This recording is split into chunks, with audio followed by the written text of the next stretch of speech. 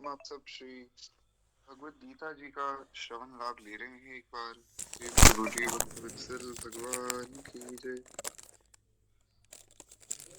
तो श्री भगवान ने शरणागति का चरम मंत्र दिया है श्रीमद् भगवत गीता में। सर्वधर्मान् परित्यज्य मामेकं शरणं व्रज, अहं त्वां सर्व पापेभ्यो मोक्षयिष्यामि मा शुच। इस पर ही हम चर्चा कर रहे हैं और शरणागति की कुछ विशेष बातें जो श्री स्वामी जी महाराज ने इस श्लोक की व्याख्या में लिखी, उन पर हम विशेष रूप से चर्चा कर रहे थे। कुछ अद्भुत रहस्य हैं शरणागति के, जिन पर हमें आज चर्चा करनी है। तो हम लोग कथा में प्रवेश करें। हम लोग सुन रहे थे कि एक वैष्णव को सदैव भगवान का ही आश्रय लेना चाहिए। जो शरणागत है, शरणागत को भगवान का आश्रय तो लेना ही है, साथ में भगवान का आश्रय लेने के बाद घबराना नहीं है। भगवान का जो भी भक्त है उसे निशंक, निश्चिंत, निर्भय और निशोक हो जाना चाहिए। फिर उसे घबराना नहीं चाहिए, किसी भी बात में डरना नहीं चाहिए। पूर्ण रूप से भगवान का आश्रय लेने वाले व्यक्ति का सारा सार संभार श्री ठाकुर जी अपने अनुरूप ही करते हैं। तो जैसा जैसा भगवान करें सो उसमें प्रसन्न रहना चाहिए। यही वास्तव में सच्ची वैष्णवता मानी गई। काकभूषुंडी जी का भी हमने प्रसंग सुना था। उसके बाद अब हम थोड़ा आगे बढ़े, जिसमें भगवान और भगवान के जो सच्चे भक्त हैं उनके विषय में श्री गोस्वामी जी ने कहा, हेतु रहित जग जुग उपकारी, तुम तुम्हार सेवक सुनारी।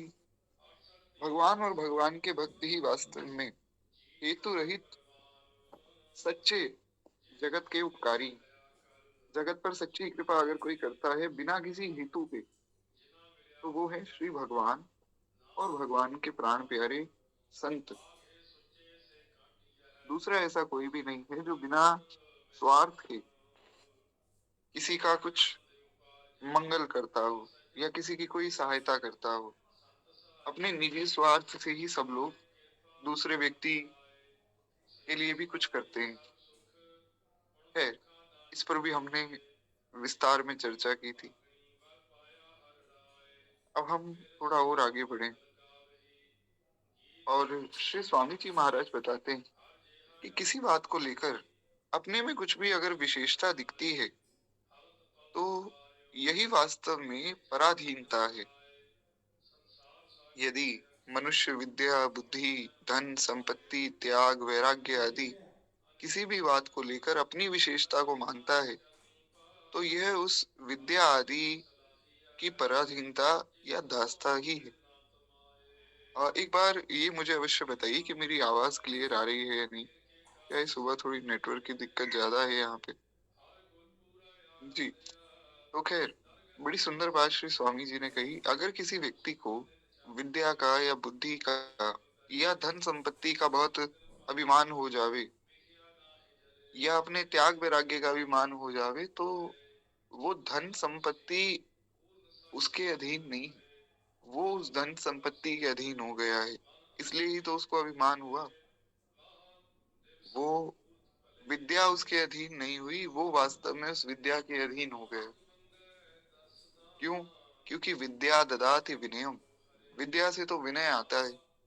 जो बहुत ज्यादा पढ़ा लिखा व्यक्ति होगा शास्त्र की दृष्टि में, आजकल की पढ़ाई नहीं, जिसने शास्त्रों का, ग्रंथों का स्वाध्याय किया होगा, वो बहुत विनयी व्यक्ति होगा, बहुत विनम्र और बहुत ही कोमल स्वभाव का व्यक्ति होगा, बहुत गंभीर उसका स्वभाव होगा, बड़ा शांत स्वभाव का व्यक्ति होगा। ऐसा शास्त्रों में लक्षण आए। जो शास्त्र की पढ़ाई करते हैं वो ऐसे हो जाते हैं।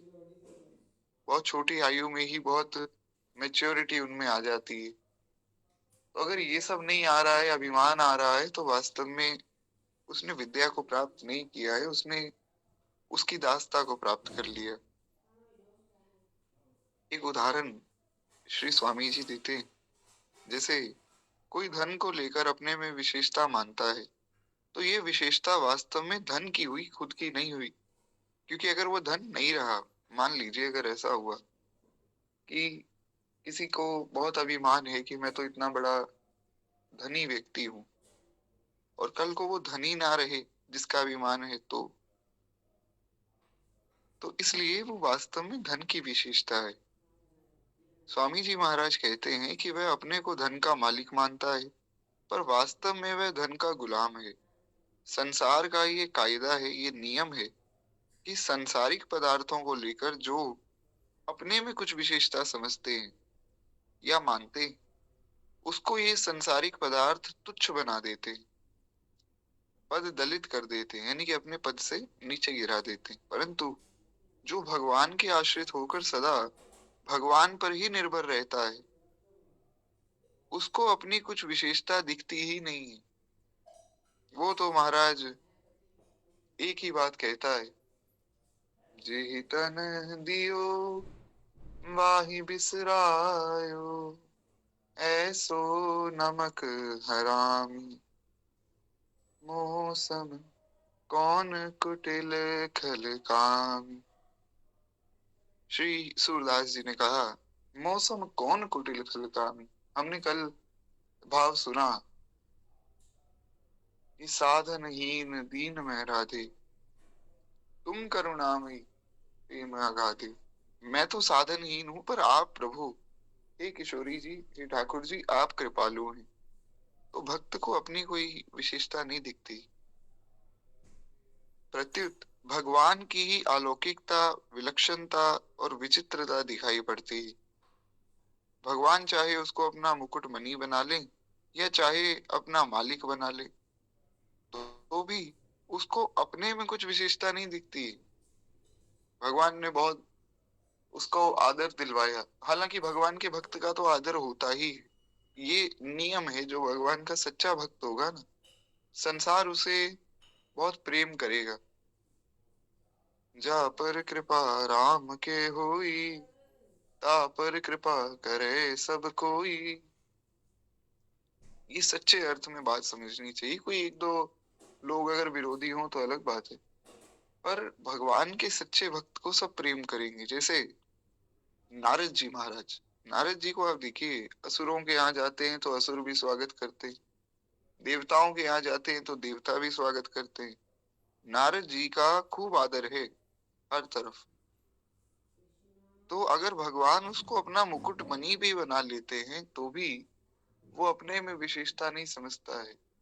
वो उसमें भी भगवान की कृपा का ही अनुभव करता है, भगवान के स्वभाव का ही अनुभव करता है। उसको ये मन में भाव नहीं आता है कि मैं कुछ विशेष हूं या मुझ में कुछ बहुत विशेषता है, तभी तो भगवान जो है मुझ पर कृपा कर रहे हैं। भगवान ने केवल अर्जुन को ही भगवत गीता सुनाई है, तो अर्जुन ने ये अनुभव नहीं किया कि मैं अर्जुन हूं इसलिए भगवान मुझे ये भगवत गीता सुना रहे हैं। अर्जुन ने अनुभव किया कि भगवान की मुझ पर कितनी कृपा है कि मैं ज्यादा सब बातों को अच्छे से समझ नहीं पाया, तो भगवान ने मुझे जो है भगवत गीता का उपदेश दिया अलग से। ये भगवान की कृपा है कि अभिमान ना आवे। अच्छा, जो भगवान का भक्त हो जाता है सच्चे अर्थों में, उसके मन में अभिमान नहीं आता है, बल्कि उसके मन में तो सेवा का भाव आता है, उसके मन में तो और विनम्रता आ जाती है। एक भक्त हुए श्री कृष्णदास जी महाराज, बड़ा अद्भुत उनका चरित्र है। हम आगे श्री भक्तमाल जी में उसको पढ़ेंगे भी। तो श्री कृष्णदास जी महाराज का एक बड़ा सुंदर भाव है। वे लिखते हैं, ताको मन भगतन की सेवा, भक्त चरण रज सदा लुभाने, गिरधर जब अपनों कर जाने, गिरधर जब अपनों कर जाने। कृष्णदास जी कहते हैं जब गिरधर अपना मान लेते हैं किसी को, ताको मन भगतन की सेवा, भक्त चरण रज सदा लुभाने। भक्तन में मति भक्तन में गति, हरिजन हरि एक कर माने। कृष्णदास मन वचन करम करी, हरिजन संगे हरे उर आने। गिरधर जब अपनों कर जाने, गिरधर जब अपनों कर जाने। कहते हैं उसका मन भक्तों की सेवा में लगता है, भक्तों की चरण रज ही उसको सदा लुभाती है, और भक्त और भगवान दोनों ही उसके हृदय में आकर विराजते हैं जब भगवान किसी को अपना मान लेते हैं। नारायण। और यही बात जो है श्री गोस्वामी जी महाराज ने रामचरितमानस में लिखी। मानस जी में तो सब कुछ ही है वास्तव में। कहते हैं भगवान चाहे, प्रभु का ये कायदा है कि जिस भक्त को अपने में कुछ भी विशेषता नहीं दिखती है, अपने में किसी बात का कोई अभिमान नहीं है, उस भक्त में भगवान की विलक्षणता उतर आती, वो वास्तव में भगवत स्वरूप ही हो जाता है। और जो अपने में ही बहुत से गुण देखता रहता है, वो महाराज उतना जल्दी उन्नति को प्राप्त नहीं कर पाता है।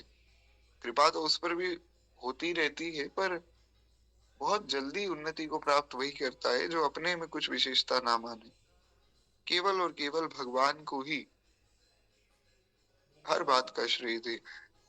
मौसम दीन न दीन हित, तुम समान रघुवीर, बस विचार रघुवंश मणि, हरहु भजम भव भीर।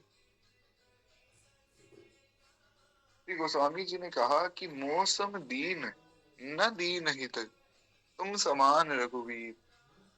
मेरे समान प्रभु कोई दीन नहीं है, और आपके समान दीनों का हित करने वाले नहीं है। तो हे नाथ, मैं तो बड़ा दीन हूँ, बड़ा निकृष्ट व्यक्ति हूँ, आप बड़े श्रेष्ठ हैं, आप कृपा कीजिए, मुझे अपने योग्य बना लीजिए। नारायण।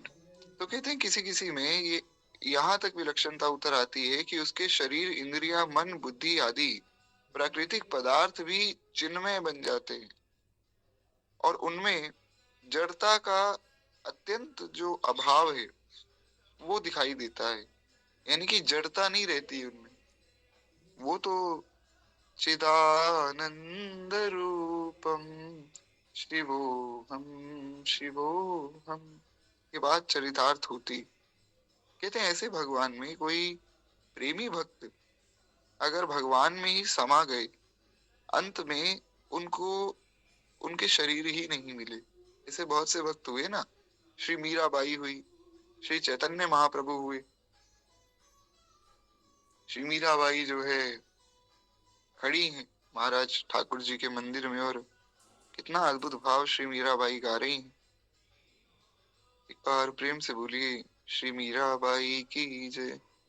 श्री मीराबाई निवेदन करती हैं,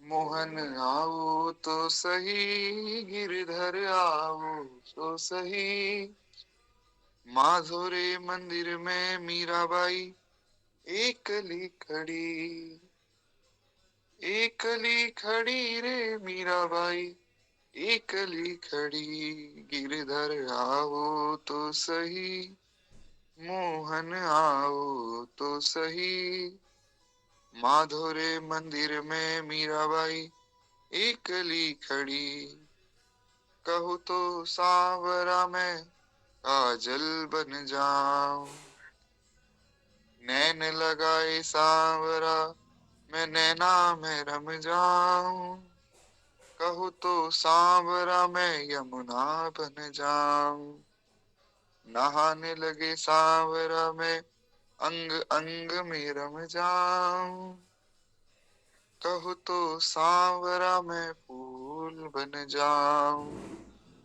गले में पहने सांवरा, माला में मैं रम जाऊं। कहूँ तो सांवरा मैं पायल बन जाऊं, नाचन लगे सांवरा, चरणा में मैं रम जाऊं। कहूँ तो सांवरा मोर मुकुट में बन जाऊं, पहनन लगे सांवरा, मैं मस्तक पर चढ़ जाऊं। तो गिरधर आओ तो सही, माधव आओ तो सही, माधुर्य मंदिर में मीराबाई एकली खड़ी। बड़ा प्यारा भाव है। गाते गाते श्री मीराबाई गिरधर में ही समा गई। दौड़ी हैं श्री मीराबाई और उसके पास शरीर दिखाई ही नहीं मीराबाई का, सीधा गिरधर में ही वे प्रवेश कर गई।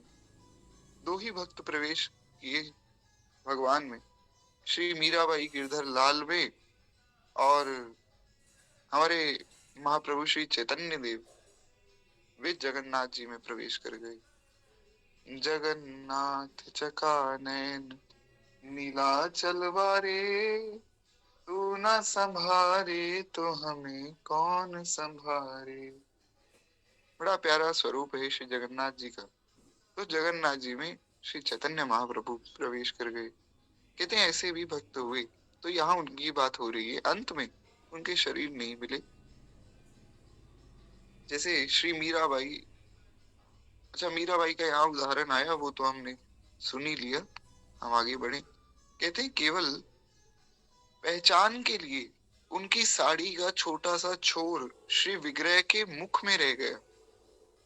एज अ प्रूफ, मीराबाई की साड़ी का छोटा सा छोर जो है श्री भगवान के विग्रह के मुख में रह गया और कुछ नहीं बचा। ऐसे ही एक संत श्री तुकाराम जी भी शरीर सहित वैकुंठ गए। तुकाराम जी की तो बड़ी प्यारी कथा है। तुकाराम जी महाराज दिन रात भजन करते, जय जय राम कृष्ण हरि, जय जय राम कृष्ण हरि, राम कृष्ण हरि जय जय राम कृष्ण हरि। बस इतना ही कहते रहते, जय जय राम कृष्ण हरि, जय जय राम कृष्ण हरि। तुकाराम जी महाराज को बैकुंठ से भगवान के पार्षद लेने आए। तो तुकाराम जी ने कहा कि हम घर गृहस्थी वाले व्यक्ति हैं, तो हमारे परिवार वालों को भी हम पूछ लें कि बैकुंठ चलना है। तो भगवान के पार्षदों ने कहा कि वैसे तो आज्ञा आपको लाने की हुई थी, पर चलिए आप भक्त हैं, भक्त के आश्रय से तो सब लोग जा सकते हैं, पूछ लीजिए, कोई बात नहीं। तो तुकाराम जी ने सबको कहा कि भाई तैयारी करो। बोले कहाँ की तैयारी करें महाराज? बोले भगवान के पार्षद आए हैं बैकुंठ से, बैकुंठ जाना है हम सबको, हम सब बैकुंठ चलेंगे और वहां भगवान का भजन करेंगे। तो बोले बैकुंठ कोई स्थान, कहीं घूमने फिरने की जगह है क्या? है बैकुंठ? बोले वैकुंठ है भगवान का नित्य धाम, जहाँ जाने के लिए जन्म जन्म तक लोग तपस्या करते हैं। तो महाराज आपको लेने आए? बोले हाँ मुझे लेने आए और तुम भी चलो। शरीर सहित विमान में बैठ के पूरा परिवार चला गया वैकुंठ। आगे हम भक्तमाल जी की कथा शुरू करेंगे कल से, तो भक्तमाल जी में हम सुनेंगे कैसा अद्भुत चरित्र है महाराज श्री तुकाराम जी महाराज का। नारायण। कहते हैं ज्ञान मार्ग में शरीर चिन्मय नहीं होता है, क्योंकि ज्ञानी असत से संबंध विच्छेद करके असत से अलग होकर स्वयं चिन्मय तत्व में स्थित हो जाता है। लेकिन जब भक्त भगवान के सन्मुख होता है तो उसके शरीर, इंद्रियां, मन और प्राण आदि जो हैं वे सभी भगवान के सन्मुख हो जाते हैं। तात्पर्य ये हुआ कि जिनकी दृष्टि केवल चिन्मय तत्व पर ही है, अर्थात जिनकी दृष्टि चिन्मय तत्व से भिन्न जड़ता की स्वतंत्र सत्ता ही नहीं होती, तो वे चिन्मयता उनके शरीर आदि में उतर आती और वे शरीर आदि चिन्मय हो जाते। सरल शब्दों में इतना समझिए, जिनको हर एक वस्तु में भगवान दिखाई देते हैं वो वास्तव में उनकी दृष्टि ही ऐसी हो जाती, वे जड़ पदार्थ में भी भगवान को देखते हैं। प्रहलाद जी को हिरण्यकश्यप ने कहा कि बहुत तुम नारायण नारायण दिन रात उच्चारण करते रहते हो, नारायण मेरी रक्षा करेंगे, नारायण मुझे बचाएंगे। और वास्तव में ऐसा है भी, जिनकी नजरों में मोहन समाए, वो नजर फिर तरसती नहीं है। प्रहलाद जी महाराज ने कहा कि पिताजी, नारायण तो सब जगह है। बोले कहाँ है नारायण, मुझे तो दिखते नहीं। बोले मुझ में भी हैं, आप में भी हैं, और इस आपकी राजसभा में भी हैं। तो एक स्तंभ के पास खड़े थे श्री प्रहलाद जी। तो हिरण्यकश्यप ने पूछा, इस स्तंभ में है? बोले हाँ, इस स्तंभ में भी है, नारायण खड़े हैं, मुझे दिख रहे हैं। तो हिरण्यकश्यप ने कहा ठीक है, आज मैं इस स्तंभ को जो है तुझे बांध के स्तंभ पर प्रहार करूंगा, देखता हूँ नारायण आते हैं नहीं। महाराज भगवान प्रकट हुए हैं। बोले नरसिंह भगवान की जय। तो इस प्रकार से जिनकी दृष्टि में भगवान समा गए, उनको फिर हर ओर भगवान ही दिखते हैं। हाँ, लोगों की दृष्टि में तो उनके शरीर में जड़ता दिखती है, पर वास्तव में भगवान का जो भगवान के भक्त का जो शरीर है वो चिन्मय हो जाता है। दिखने में शरीर अलग है, पर वास्तव में उनको कौन पहचान पाएगा। ऊंच अपार बेअंत स्वामी, कौन जाने गुण तेरे। ये स्वामी, ये गुरुदेव भगवान, आपके गुणों को कौन समझ पाए। भगवान के सर्वथा शरण हो जाने पर शरणागत के लिए भगवान की कृपा तो विशेषता से प्रकट होती ही है, पर मात्र संसार का स्नेह पूर्वक पालन करने वाली, भगवान से अभिन्न रहने वाली वात्सल्यमयी माता लक्ष्मी का जो है प्रभु शरणागत पर कितना अधिक स्नेह होता है, वे कितना अधिक प्यार करती हैं, इसका कोई वर्णन नहीं कर सकता है। लक्ष्मी जी भी भगवान के शरणागत पर बड़ा लाड दुलार करती। भगवान के भक्त पर सभी कृपा करते हैं। जहां से हमने आज की कथा की शुरुआत की थी, वहीं हम पुनः पहुंच गए।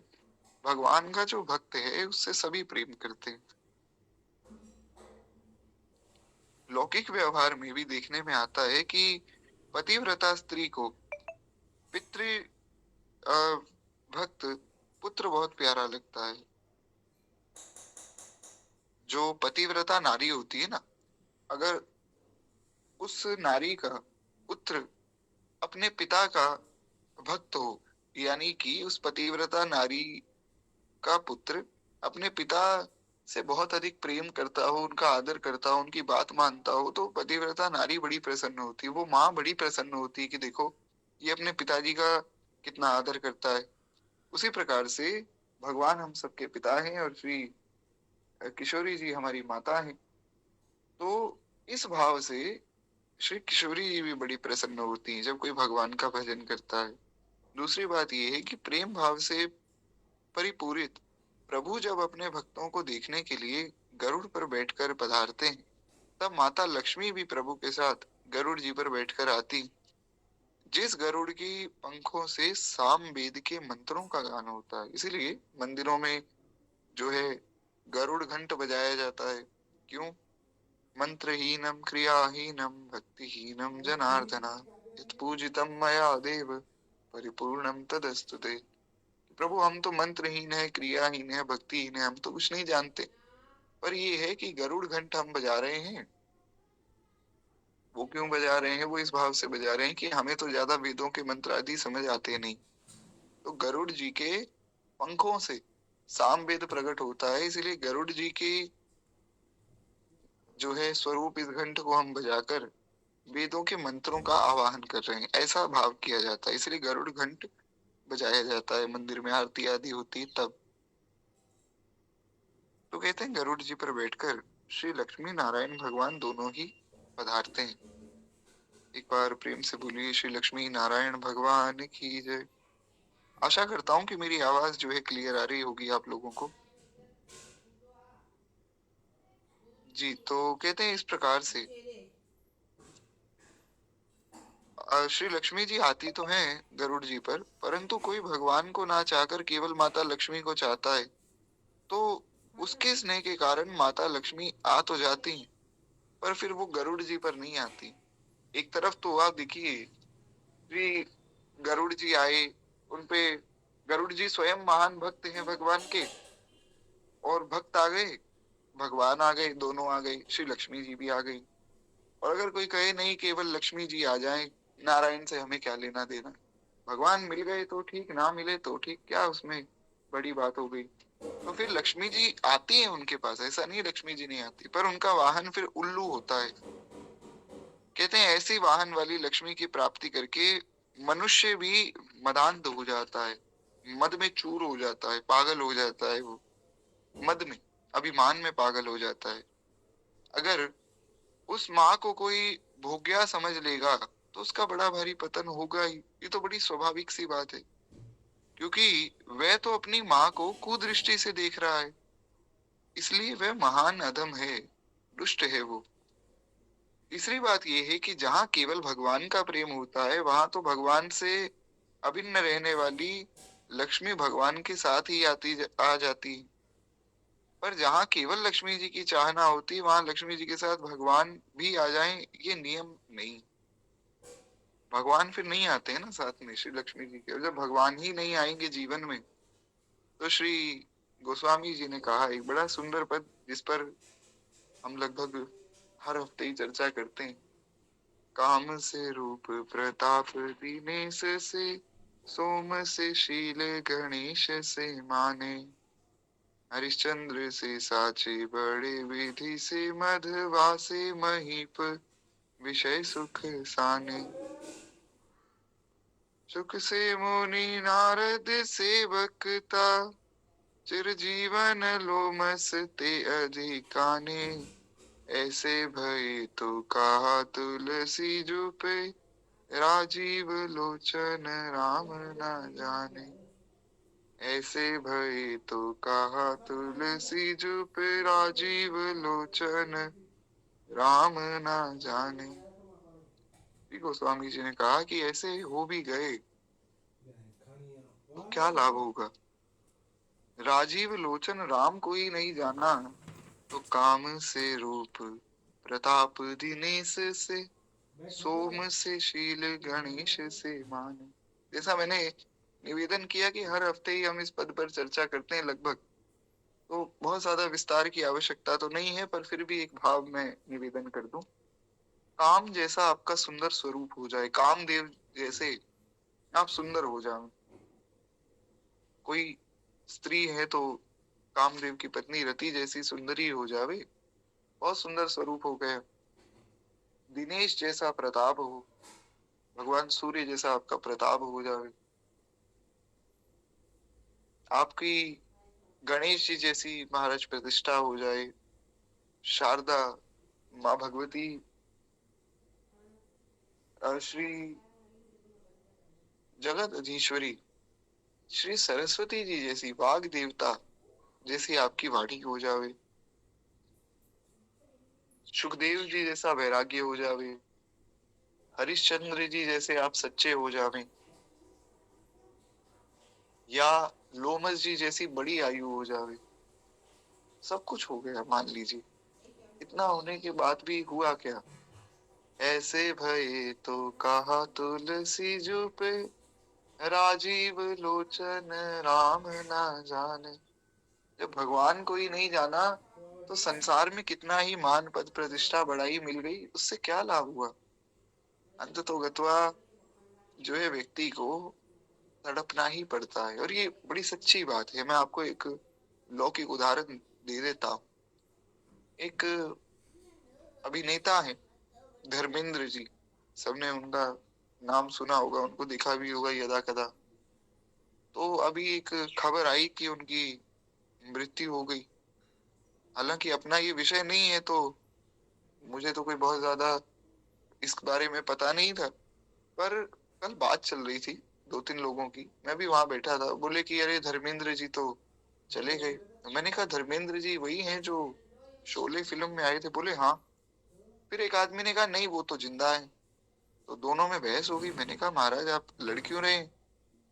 बोले कि न्यूज वाले टीवी सीरियल वाले टीवी चैनल वाले उल्टा सीधा दिखा रहे हैं। तो फिर उस व्यक्ति ने जो कह रहे थे नहीं वो जीवित है, उन्होंने एक वीडियो दिखाई और वीडियो में वो बड़ा कराह रहे थे, बड़े परेशान हो रहे थे, बड़े दुखी हो रहे थे कि मैं इतना बीमार क्यों हूँ, भगवान मेरे साथ अच्छा नहीं कर रहा है, मुझ पे इतना कष्ट क्यों आया। तो मैं यही सोच रहा था कि अगर जीवन भर ये भगवान का भजन करते तो इन्हें इस प्रकार से दुखी नहीं होना पड़ता। उदाहरण बड़ा लौकिक है पर बड़ा सटीक है। जो बहुत नाम है उनका, बहुत लोग उनको मानते हैं, जानते हैं, खूब धन भी होगा, लेकिन इतना सब होने के बाद हुआ क्या? अंततोगत्वा तो वे परेशान ही हो रहे हैं ना, बैठकर रो रहे हैं और मृत्यु को पुकार रहे हैं कि मैं इतना तड़प रहा हूं, इससे अच्छा तो मेरी मृत्यु आ जाए। तो इसलिए गोस्वामी जी ने कहा कि भैया भगवान का भजन करो, भजन से ही बात बनेगी। बिना भजन के कितना ही नाम हो जाए, कितना ही सुंदर स्वरूप हो जाए, इन सब इस सुंदरता की कोई विशेषता नहीं रह जाएगी। बहुत सुंदर आप हो गए, लोगों ने खूब आपकी बड़ाई कर दी, लेकिन एक समय ऐसा आएगा जब सारी सुंदरता ढल जाएगी। इसीलिए शरणागति के विषय में हमें विचार करना चाहिए। तो एक बड़ी सुंदर जो है कथा आती शरणागति की, उसमें श्री स्वामी जी महाराज बता रहे हैं कि सीता जी, राम जी, हनुमान जी जंगल में एक वृक्ष के नीचे बैठे थे। अब ये बड़ी सुंदर कथा है, थोड़ा ध्यान से सुनिएगा, एक बार प्रेम से बोलिए भक्त वत्सल भगवान की जय। आशा करता हूँ कि मेरी आवाज जो है क्लियर आ रही होगी आप लोगों को। नारायण। तो कहते हैं कि श्री सीता जी, राम जी और हनुमान जी तीनों जंगल में एक वृक्ष के नीचे बैठे थे और वृक्ष की शाखाओं और टहनियों पर एक लता छाई हुई थी। लता के कोमल कोमल तंतु जो है फैल रहे थे और उन तंतुओं में कहीं पर नई नई कोपलें निकल रही थी और कहीं पर ताम्र वर्ण के पत्ते निकल रहे थे। ताम्र वर्ण जो है, तांबे का वर्ण, वैसा कुछ पत्ते वैसे निकल रहे थे। पुष्प और पत्तों से लता छाई हुई थी, उस लता पे खूब पुष्प थे, पत्ते थे। तो इस प्रकार से बड़ा सुंदर वो वृक्ष था। उस वृक्ष की शोभा बड़ी सुंदर थी, वृक्ष बहुत ही सुहावना लग रहा था। कहते हैं उस वृक्ष की शोभा देखकर भगवान श्री राम हनुमान जी से, भगवान ने कहा कि देखो हनुमान, ये लता कितनी सुंदर है, वृक्ष के चारों ओर कैसी छाई हुई है। ये लता अपने सुंदर सुंदर फल, सुगंधित फूल और हरी हरी पत्तियों से इस वृक्ष की कैसी शोभा बढ़ा रही। बड़ा सुंदर लग रहा है ये वृक्ष। और बहुत ध्यान से सुनिएगा, एक एक बात को थोड़ा नोट करते चलिए। भगवान ने कहा कि ये लता अपने सुंदर फल, सुगंधित फूल और हरी हरी पत्तियों से इस वृक्ष की शोभा बढ़ा रहे। भगवान ने बताया हरा रंग। अभी कथा वैसे मैं आपको पूर्व में सुना चुका हूँ, पूरी सुनेंगे तो शायद आपको याद भी आ जाएगा। तो कहते हैं इस प्रकार से भगवान ने वर्णन किया। भगवान ने कहा कि इससे जंगल में अन्य सब वृक्षों से ये वृक्ष कितना सुंदर दिखाई पड़ता है। बाकी भी वृक्ष हैं पर ये वृक्ष थोड़ा ज्यादा सुंदर है, क्योंकि इसमें फल भी है, फूल भी हैं, हरी हरी सुंदर पत्तियां भी हैं। इतना ही नहीं, इस वृक्ष के कारण ही सारे जंगल की शोभा हो रही है। क्योंकि अगर इस वृक्ष को देखकर कोई दूसरे को देखेगा तो उसको उसमें भी विशेषता दिखेगी। इस लता के कारण ही पशु पक्षी इस वृक्ष का आश्रय ले रहे हैं। धन्य है ये लता। तो भगवान श्री राम के मुख से लता की प्रशंसा सुनकर श्री सीता जी ने हनुमान जी से कहा कि देखो बेटा हनुमान, तुमने ख्याल नहीं किया। हनुमान जी ने कहा कि क्या ख्याल नहीं किया? माता जी आप निवेदन कीजिए।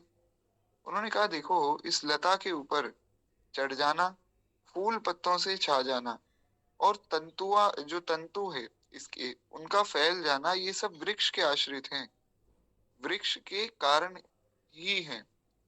एक बड़ी विशेष बात है, इस लता की शोभा भी वृक्ष के ही कारण है। अगर ये लता यहाँ पड़ी होती तो उसकी इतनी शोभा थोड़ी होती। वृक्ष के आश्रित होकर जब वो वृक्ष पर चढ़ गई, तब उसकी शोभा हुई।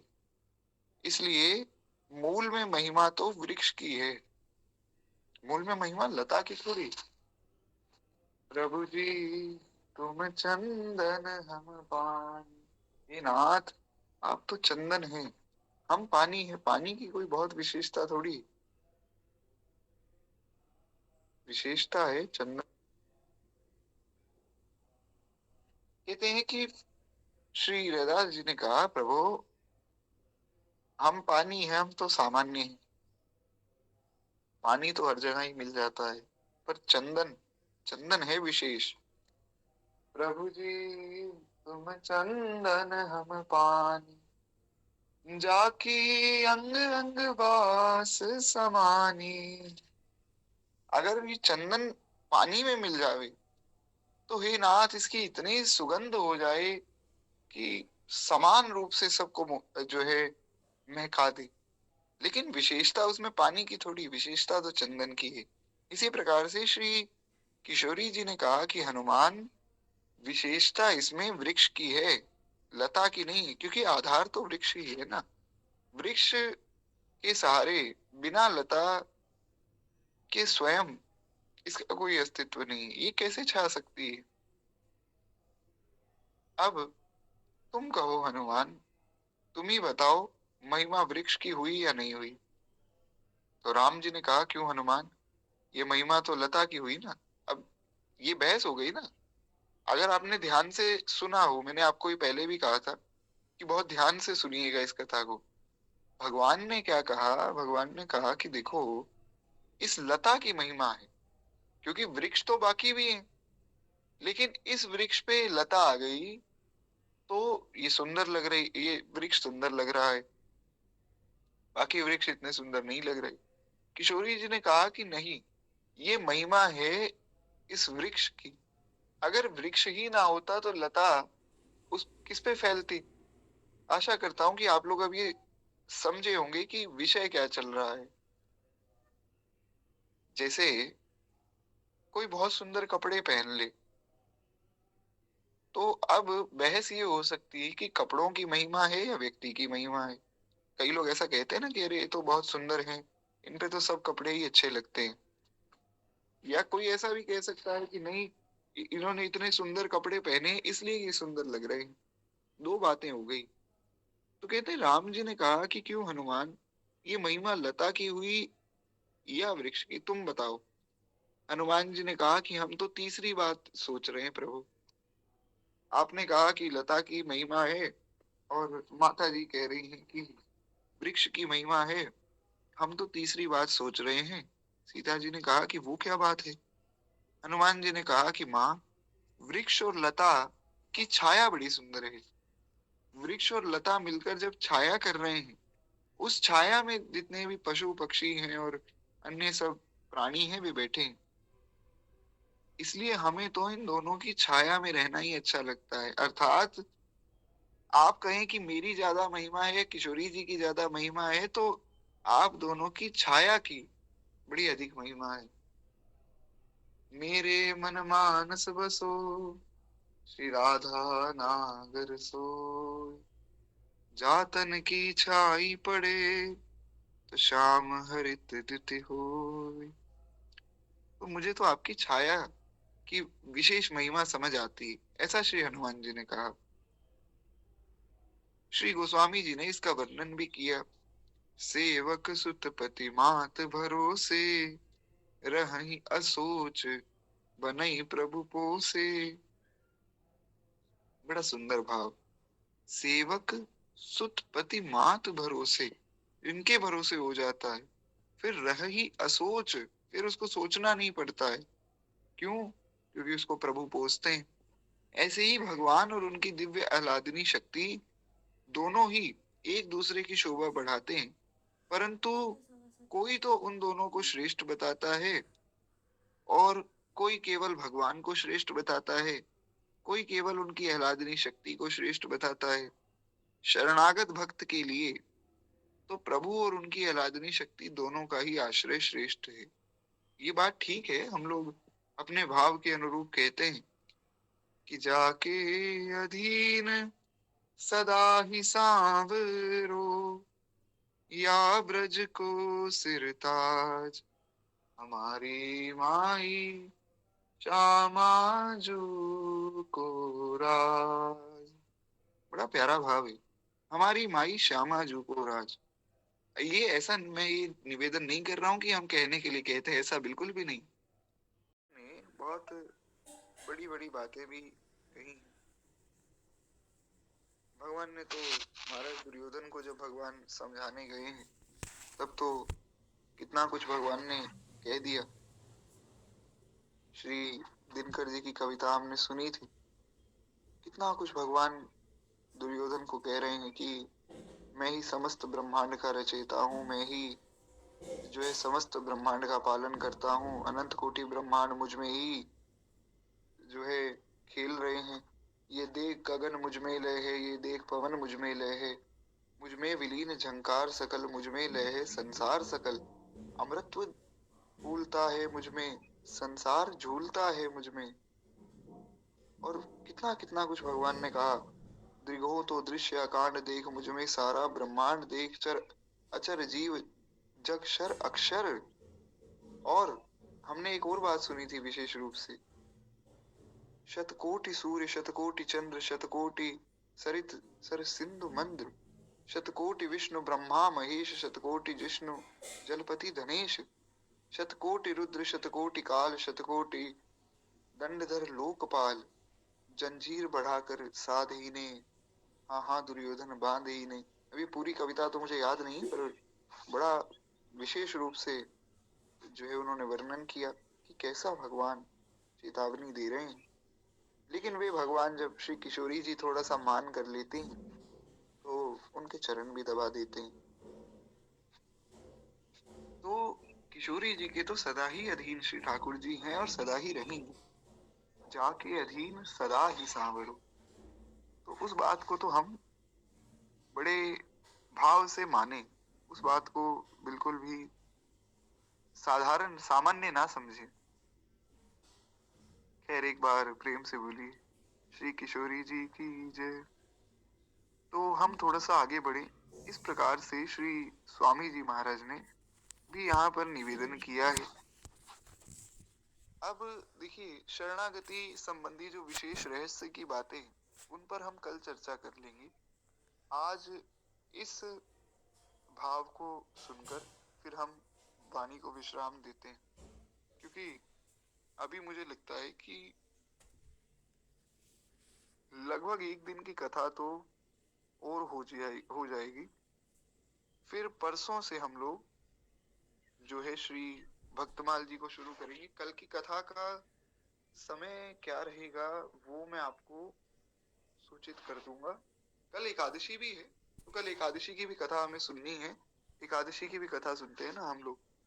तो कल मैं आपको दोपहर तक बता दूंगा 11-12 बजे तक कि कल की कथा का क्या समय रहेगा। तो खैर एक बार बस इस भाव को हम विश्राम दें। कहते हैं कि इस प्रकार से तात्पर्य यह है कि भगवान की शरण में होकर भगवान का ही आश्रय लेना चाहिए। बहुत सी भेड़ बकरियां जंगल में चरने गई, उनमें से एक बकरी चरते चरते एक लता में उलझ गई। उसको उस लता में से निकलने में बहुत देर लग गई। तब तक जो है अन्य जितनी भेड़ बकरियां थी वो घर पहुंच गई। अब अंधेरा भी हो गया। तो वो बकरी घूमते घूमते एक सरोवर के किनारे पहुंची। वहां किनारे की गीली जमीन पर जो है सिंह का एक चरण चिन्ह अंकित था। वो डर गई, क्योंकि वो बकरी को समझ नहीं आया कि यहाँ मेरे साथ हो क्या रहा है। एक तो मैं अकेली रात का समय, और यहाँ जो है सिंह का चरण चिन्ह दिख रहा है, पर अब और कुछ तो दिख ही नहीं रहा है। तो वो चरण चिन्ह के सहारे बैठ गई। रात में जंगली सियार, भेड़िया, बाघ आदि भी आए उस बकरी को खाने। लेकिन जब उन्होंने ध्यान से देखा कि ये सिंह के चरण चिन्ह के पास बैठी है, तो फिर महाराज वो डर गए। बकरी ने कहा कि पहले ये देख लेना मैं किसकी शरण में हूं। अगर तुम मुझे मारने मुझे खाने आए हो तो ये देख लेना किसकी शरण में बैठी हूँ। तो सिंह है नहीं वहां पे, पर सिंह का केवल चरण चिन्ह है, उसके आश्रय से वो बकरी बच गई। तो जितने भी सियार हैं और भेड़िया बाघ आदि हैं वो डर कर भाग गए। सिंह आ जाएगा हमें मार डालेगा, इस डर से वे डर कर भाग गए। तो इस प्रकार से सभी प्राणी भी भयभीत होकर भाग जाते हैं जब कोई भगवान का शरणागत उन्हें दिखता है। अंत में जिसका चरण चिन्ह था वो सिंह स्वयं आया, बकरी से बोला कि जंगल में तू अकेली कैसे बैठी। बकरी ने कहा ये चरण चिन्ह देख लेना फिर बात करना। अब बकरी को क्या पता कि इसका ही चरण चिन्ह है, जिसका ये चरण चिन्ह है मैं उसकी शरण में हूं, याद रखना फिर कुछ सोचना। क्योंकि बकरी के मन में डर था पहले, पर उसने देखा कि इन चरणों की इतनी महिमा है, तो अब वो सिंह को भी वही बात कह रही। तो सिंह ने कहा कि ओहो, ये तो देखो कि मेरा ही चरण चिन्ह है, अरे मुझे क्या डरा रही हो। ये बकरी मेरी शरण हो गई। सिंह को इतना ही प्रसन्नता हुई, उसने कहा तुम मेरी शरण हो गई, अब तुम्हें कोई कुछ नहीं कहेगा, तुम निश्चिंत हो जाओ, निर्भय हो जाओ, और यहाँ रहना चाहती हो तो रहो, कोई बात नहीं है। ऐसे ही भगवान है, भगवान के चरणों का आश्रय आप लेकर तो देखिए। एक बार की बात है, महाराज भगवान की शरणागति के विषय में हम कुछ एक भाव सुने, उसके बाद वाणी को विश्राम देंगे। कहते हैं एक बार की बात है, एक प्रज्ञा चक्षु नेत्रहीन संत जो है लाठी पकड़े हुए यमुना जी के किनारे चले जा रहे थे। नदी में बाढ़ आ गई, उससे एक जगह यमुना का किनारे में पानी गिर गया। अब बाबा जी तो पानी में गिर गए और हाथ से लाठी छूट गई। अब जब लाठी छूटी, अब दिखता तो उनको है नहीं, तो क्या हुआ कि वे तैर भी नहीं सकते। कि तैरना आता भी हो, लेकिन जिस व्यक्ति को दिखता ही नहीं वो बेचारा ये कैसे समझे कि तैरना किस ओर है, कहाँ तैरे। भगवान की शरणागति की बात याद आते ही प्रयास रहित होकर शरीर को उन्होंने ढीला छोड़ दिया, और उनको ऐसा लगता था कि किसी ने हाथ पकड़कर किनारे पर डाल दिया। वहां दूसरी कोई लाठी हाथ में आ गई और उसके सहारे फिर वे चल पड़े। तात्पर्य यह हुआ कि भगवान की शरण होकर अगर आप भगवान पर निर्भर हो जाते हैं तो उसका कोई जो है अपने लिए कुछ करना शेष नहीं रहता। भगवान के विधान से जो हो जावे उसमें प्रसन्न रहता है। हमारे गुरुदेव भगवान एक बार एक कथा के लिए जा रहे थे, और महाराज श्री महाराज जी बैठे थे कार में, और महाराज जी के संग में दो तीन संत भी सब बैठे थे। तो हुआ क्या कि 120 की स्पीड पे वो कार थी।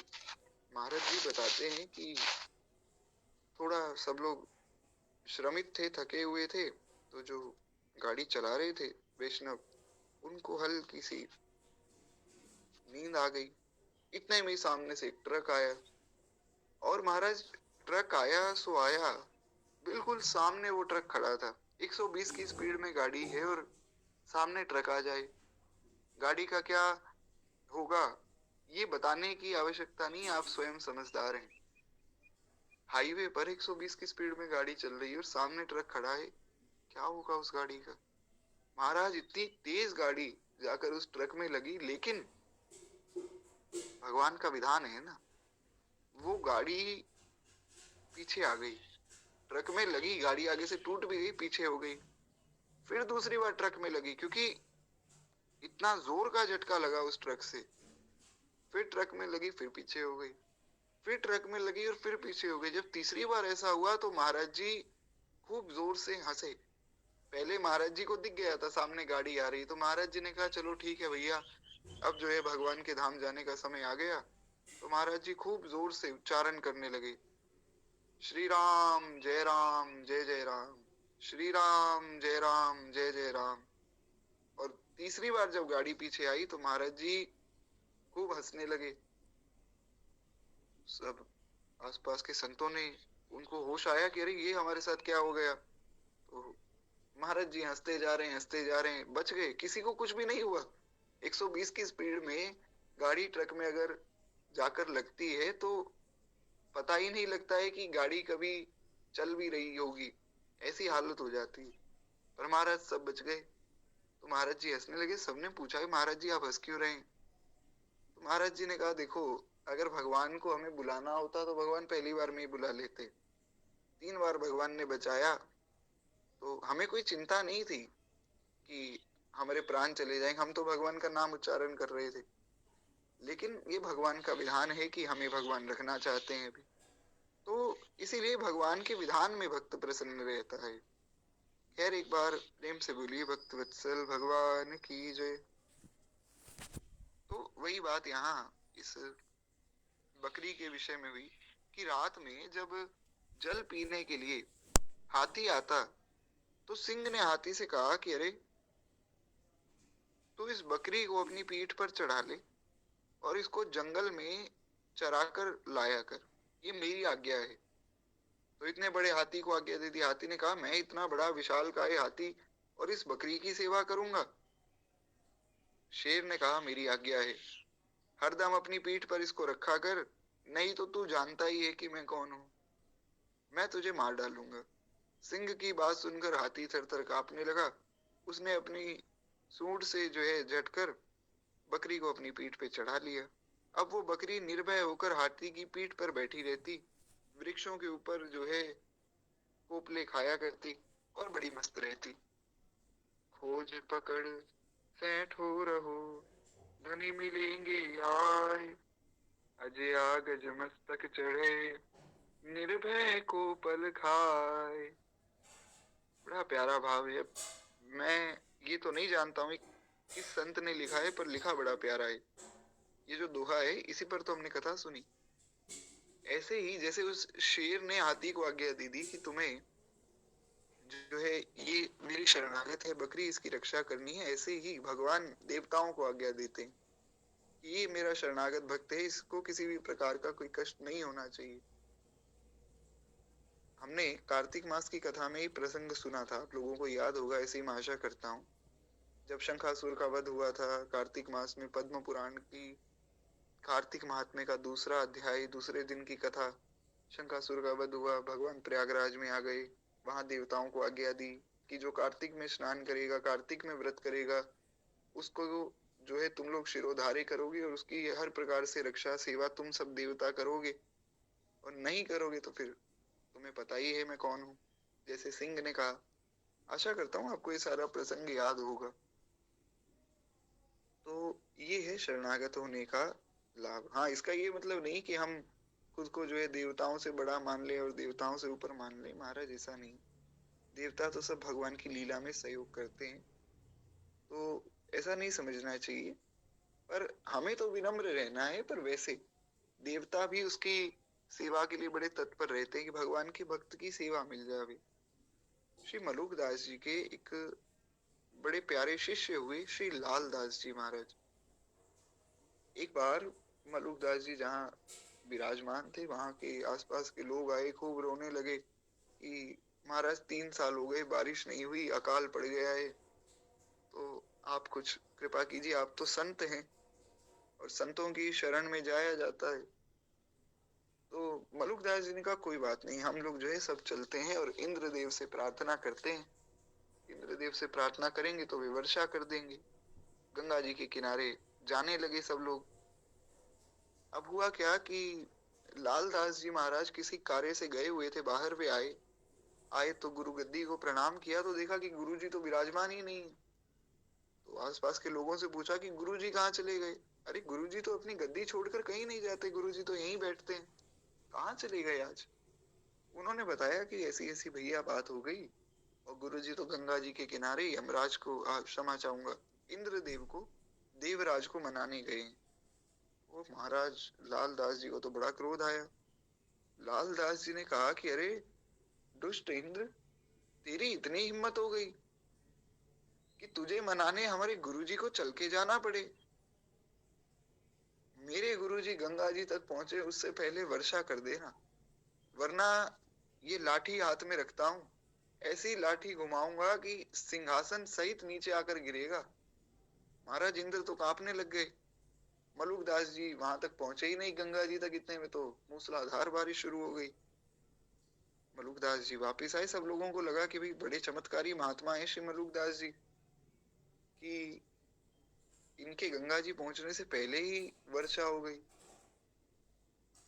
हालांकि वास्तव में चमत्कारी तो श्री मलुकदास जी थे, तभी तो उनके ऐसे समर्थ शिष्य हुए ना। पर अब जब मलुकदास जी वापस पहुंचे, सबने बताया कि लाल दास जी ने ऐसी ऐसी बात कही थी, इंद्र को डांट लगाई। तो मलुकदास जी ने पूछा कि भैया तुमने ऐसा क्यों किया। उन्होंने कहा गुरुजी आपको इतना कष्ट होता है इसलिए मैंने डांट दिया। मलुकदास जी ने कहा नहीं, तुम हमारी सेवा में नहीं रह सकते हो। अरे देवता सब भगवान के पार्षद हैं, भक्त हैं, वे भगवान की विभूतियां हैं, और तुमने उन पर जोर आजमाया, भक्त होकर तुमने क्रोध किया, गलत बात है। अपनी भक्ति का इस प्रकार से उपयोग नहीं करना चाहिए। जाओ अब तुम विचरण करो, हमारी सेवा में नहीं रहोगे। रोने लग गए लालदास जी कि प्रभु मैं आपकी सेवा नहीं छोड़ सकता हूँ, आप प्रायश्चित बताइए। मलुकदास जी ने कहा ठीक है, 7 दीपवती जो पृथ्वी है उसका पूरा चक्कर लगा के परिक्रमा करके राम राम राम राम राम राम राम राम बोलते बोलते पूरी पृथ्वी का एक चक्कर लगाओ। जब वापिस आओगे तब फिर हमारी सेवा में रहना। तो मलुकदास जी ने कहा, श्री लालदास जी ने कहा गुरु जी जो आज्ञा। लालदास जी महाराज निकले आश्रम से। अब सब बाकी जो शिष्य थे बड़े खुश हो गए कि चलो अच्छा है, लालदास तो चले गए। आशा करता हूँ मेरी आवाज आप लोगों को क्लियर आ रही होगी। तो सबने बड़ी प्रसन्नता व्यक्त की कि अब पूरी पृथ्वी का चक्कर कोई लगाएगा तो महाराज कम से कम एक जन्म में तो नहीं लगा पाएगा, कितना ही तेज भागता हो। तो अब जो है अगले जन्म ही लालदास जी आएंगे। अब तो प्रसन्नता से गुरु जी की सेवा हम ही कर लें सब लोग मिलके। 48 मिनट बाद लालदास जी फिर आ गए। बोले गुरु जी मैं परिक्रमा पूरी कराया हूँ और अब जो है आप मुझे अपनी सेवा में ले लीजिए, मैं सेवा से दूर नहीं रह सकता हूँ। मलुकदास जी ने कहा ठीक है, तुम आ जाओ सेवा में पुनः। तो सब लोगों ने मन में विचार किया कि गुरुजी बड़े भोले हैं, ये बेचारे ये समझते ही नहीं कि 48 मिनट में क्या पूरी पृथ्वी का चक्कर लगता है। गुरुजी तो बहुत भोले हैं, पर अब गुरुजी के सामने बोले कौन। तो सब शिष्य चुप रहे, शांत रहे। कुछ दिन बाद एक व्यापारी आया और व्यापारी ने आकर एक बहुत सुंदर जो है अमूल्य रत्नों की, ऐसे उसमें रत्न थे जो उस समय का जो शहंशाह था अकबर, अकबर के पास भी ऐसे रत्न नहीं थे। उन रत्नों की माला मलुकदास जी के गले में डाली। मलुकदास जी ने कहा भैया हम तुलसी कंठी धारण करने वाले महात्मा है, ये तुमने क्या माला डाल दी गले में और क्यों डाल दी, हमने तुमसे मांगी ये माला। बोले नहीं महाराज, आपकी शिष्य लालदास जी, मैं जो है समुद्र में फंस गया था, तो आपके शिष्य बहुत तीव्रता से जा रहे थे, राम राम राम राम राम राम राम राम राम राम उच्चारण कर रहे थे। तो मैंने इनको आवाज लगाई कि मेरी रक्षा कीजिए, मेरा जहाज डूब रहा है। तो इन्होंने कहा कि हमारी गुरुजी को स्मरण करो, गुरुजी का स्मरण करते ही रक्षा हो जाएगी, और मैंने आपका स्मरण किया, मेरी रक्षा हो गई। तो इसलिए मैं तो एक धन्यवाद स्वरूप आपके चरणों में भेंट लेकर आया हूँ।